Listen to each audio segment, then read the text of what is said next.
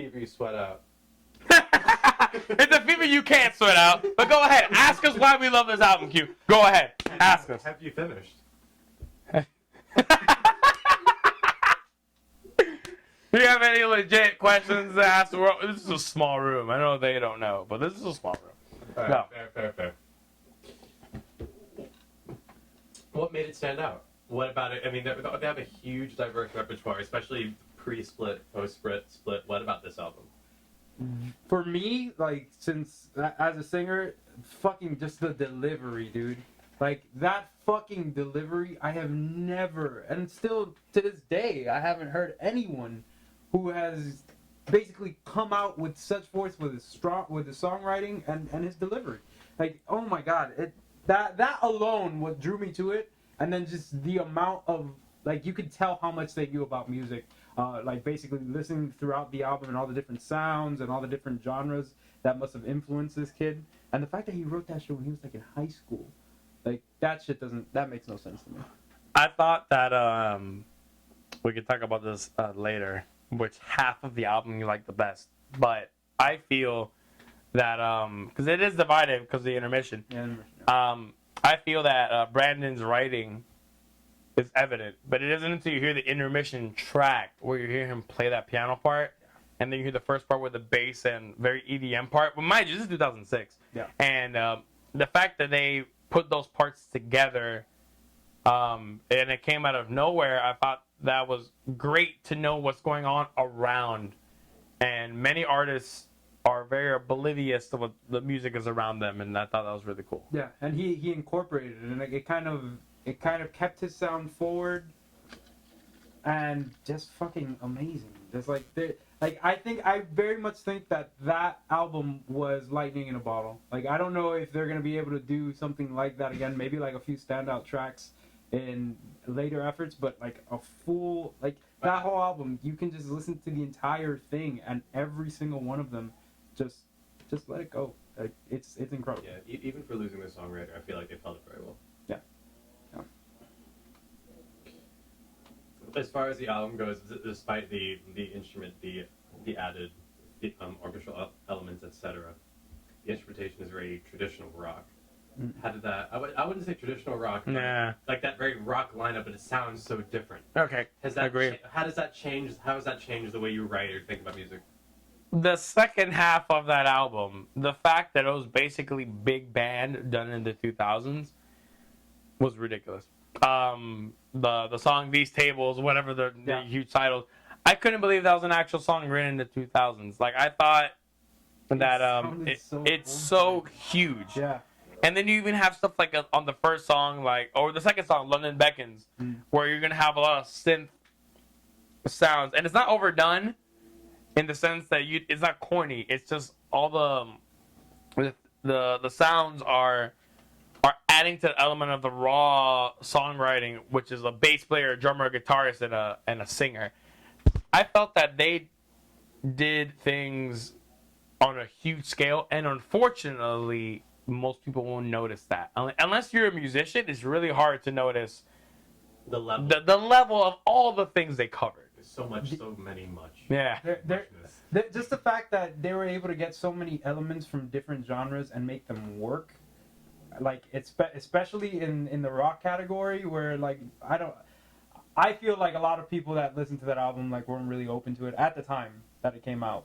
I don't think they understand it due to the singles like I Write Sins, Tragedies. They just listen to that and they're like, it's like, okay, I can understand this, but that was all they needed, really. That song is so great. Yeah. But you know what? I never for some reason every time we do these, I hate the singles. I hate them. I hated that song, but it wasn't until I heard "It's Better If You Do," but it's better if you do. That I was like, all right, I understand it. Is it because it was overplayed? Because for me, I had to sit. I always go past that song just because I'm like, I've heard enough of this. I thought it was overplayed, but who introduced me to the album was I had a coworker at one of my jobs, and she introduced it to me, and she is like really was explicit about listening to it. And she wasn't a musician or anything; she was a coworker of mine. And if it wasn't for her pushing me to listen to it, I would have never done it. And I'm so happy because of that.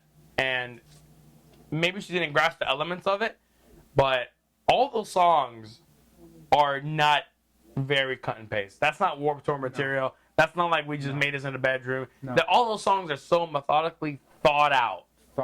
And just and every part of it sounded planned. None of that was something that I felt was just like struck up, but just like his musical genius along with the songwriter really just it captured lightning in a bottle. Even though Ryan left afterwards, after Pretty Odd to do other things, the fact that they took a melody off of The Sound of Music at the end for Bill God and Then We'll Talk. Yeah. The fact that they did that is like you obviously have so much knowledge about the musical spectrum to go to the 1930s Yeah. that you obviously know what you're doing. And Pretty Odd, I know it's very Beatles-esque, very.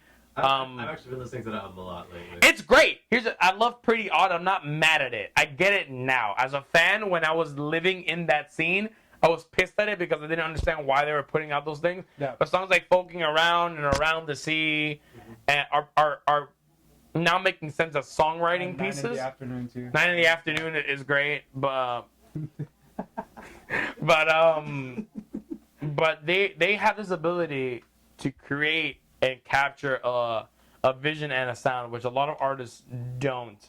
And we were talking about this before, how the mid-2000 rock bands like Paramore, Fall Out Boy, Panic! At the Disco, My Chemical Romance, I feel like they're not appreciated now. But later when on, it's going to be like, wow, these guys really did craft the sound Yeah. of I could do whatever I want, even if I have just a guitar, bass, and drum. It's to the point when somebody like reaches back for those things for like nostalgia purposes that they're gonna be like, wow, this is fucking good. Yeah. This is really Yeah. fucking good. Because even when this came out, like I was still too young to like really understand how fucking good this album was. I was 14, Yeah. maybe. Yeah, I was Hardly had any. no, if you were 14, then I was like 16 or 17. I hadn't. Keep going. I don't even know. I feel that album did a lot for me, even in reference to how Ryan played guitar with the hollow bodies and having that big band feel, and their songwriting was very epic and poetic, and something that I haven't seen since. What about the lyric writing? I thought the lyrics were the best thing, and that's hard to say because most people usually think of a hook when they think of lyrics. I thought the lyrics on the second half of the album, the first half is great. It's very standard rock. I don't want anyone to get confused. I don't like it. Yeah. The second half, they decide to do whatever they want, and They figured they had enough singles, I guess. yeah, but the singles are in the second half. All the rock tracks on the first half. They really decided to do whatever they want and introduce instruments and feels that were very vintage, not old, but like vintage feeling. And I felt that they really got away with whatever they wanted because they were that good. That's hard to say from a band's first album. Yeah, I can't believe they were given those resources. Do you guys know anything about that? Why they were allowed to do that? I know they were on Fueled by Ramen. That's as much as I know about it. They let you do anything. And I know they just assume you're gonna break up. I knew they used to do. There's a video on YouTube of them doing R&B covers and doing like Casey and JoJo all my life. There's videos of that shit. Yeah. What? Yeah. Yeah. Yeah, they've done it all. They're in Vegas. They're a Vegas band, just like the Killers, motherfucker. They're a Vegas band, and I guess they did whatever they wanted to at all times. But what I really felt about that album, the writing, check mark. Like that's it. I can't say anything else. Is incredible, just incredible throughout. I love that the mix and the blend of the album is held up. Yeah. Even listening back. To hear all those instruments, it's a lot going on. It's a lot going on, and it was very smart of them to not try to recreate it. I just want to know This makes so who much thought sense. who thought of that, like that much musicality of like expressing it all. But that's the influences. The reason why even side topic, why our music works, is because we all like different things. That's true. Somebody in that band was listening to Big Band Era and Django Reinhardt shit and listening to that. and decided to put it in and it fucking worked.